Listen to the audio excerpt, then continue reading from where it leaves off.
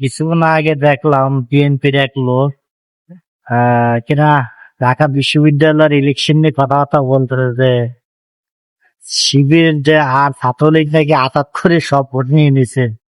এদের মতো পাগল মানুষ আর দুনিয়াতে আছে কিনা আমার সন্দেহ আছে।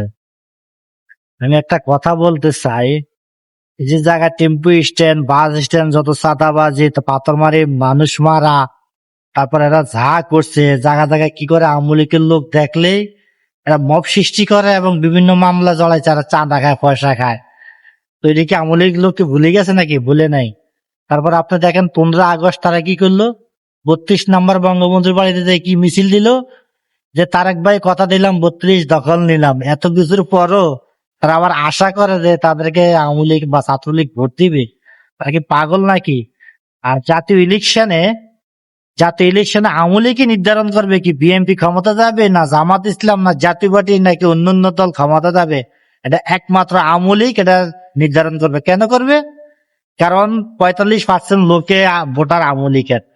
45% ভোট হলে 7.5 কোটি বা 8 কোটি ভোটের মধ্যে 3.5 কোটি ভোটে হলো আওয়ামী লীগের।